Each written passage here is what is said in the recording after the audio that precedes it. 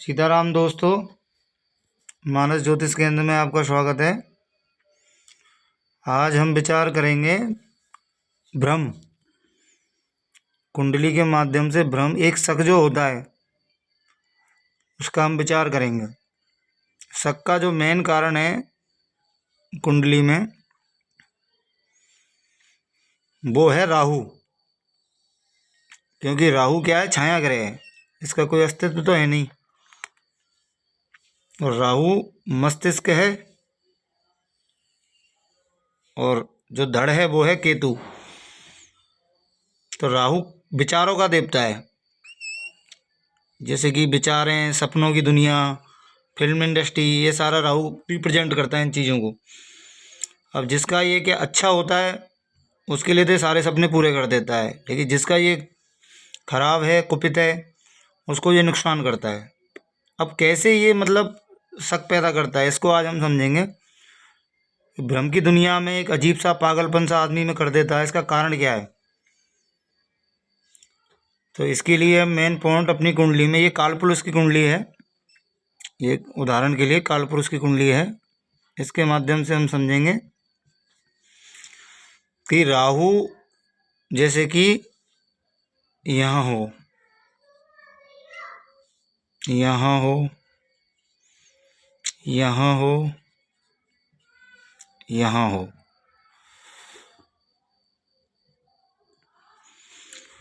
अब यहाँ से राहु जो भ्रम होता है, राहु तो भ्रम हो गया। अब ये भ्रम होगा किस में?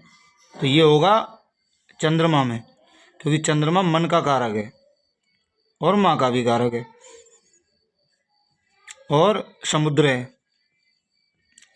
समुद्र में जैसे लहरें आती है तो मन में एकदम घबराहट हो जाना, एकदम हलचल होना, तो ये सब चंद्रमा से होता है। अब राहु की चंद्रमा पे दृष्टि, जैसे कि इसको यहाँ से अपन समझेंगे।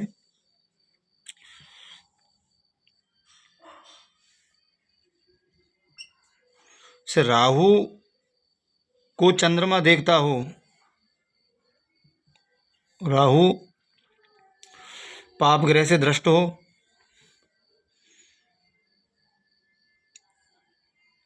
जैसे ही चंद्रमा पे राहु दृष्टि मारेगा तो आदमी के मन को पलटेगा। सबसे पहले इसका मन पलटेगा, तो मन में एक भ्रम उत्पन्न करेगा। जब इसकी महादशा में, अंतरदशा में ये सारे रीजन्स आएंगे। अब राहु से, जैसा कि पिछली वीडियो में मैंने आपको बताया था कि दशानाथ राहु से, कि माना कि राहु की दशा किसी जातक पे चल रही है। अब जैसे ही राहु में चंद्रमा का अंतर आता है तो चंद्रमा राहु से 6, 8 और 12वें पे अगर हुए, जैसे कि राहु यहाँ है, यहाँ से 1, 2, 3, 4, 5, 6, यहाँ 7, 8, यहाँ 9, 10, 11, 12, अगर यहाँ होते हैं और पाप ग्रह से दृष्ट हों तो भ्रम स्वाभाविक है उसके अंदर उत्पन्न होगा। या फिर लग्नेश, ये जो घर है ये भी मस्तिष्क का ही है। लग्नेश जो भी हो, माना कि लग्नेश चंद्रमा है, मंगल, जो उस पर भी अगर राहु दृष्टि डालता है तो थोड़ा बहुत भ्रम वहाँ भी उत्पन्न करेगा। तो टोटल राहु की 18 साल की महादशा में ये भ्रम की स्थिति पैदा करता रहेगा। अब इसका जो उपाय है कुंडली के हिसाब से अपन जो भी करते हैं राहु का, उसके बजाय भ्रम का क्या है, मानस से उपाय करेंगे। तो मानस हमको कहाँ दिखाती है कि इसका उपाय कैसे हो। आजकल 90% लोगों में ये बीमारी पाई जाती है। इसका उपाय राहु के माध्यम से, कि इसको राहु को कंट्रोल कैसे करें, तो इसको कंट्रोल केवल और केवल गुरु कर सकता है, और गुरु है अध्यात्म।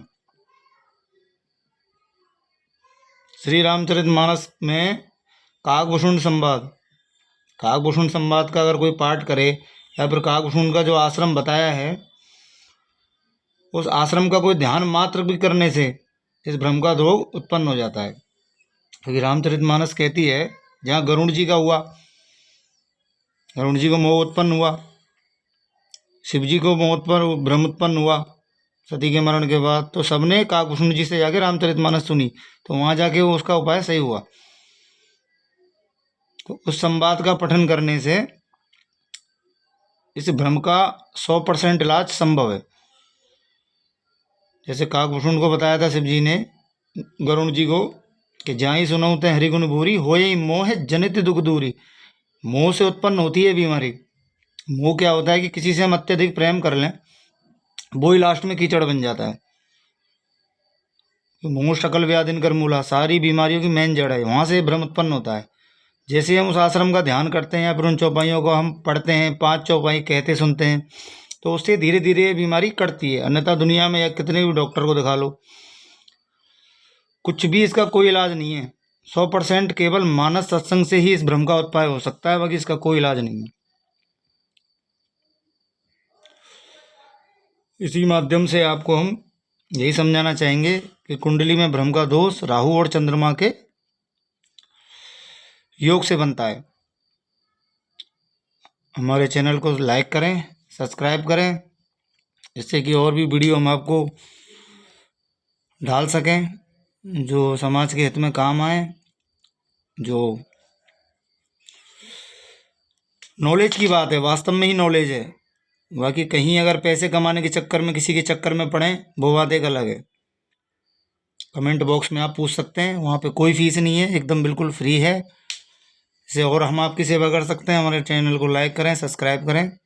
सीताराम दोस्तों, मिलते हैं अगली वीडियो में।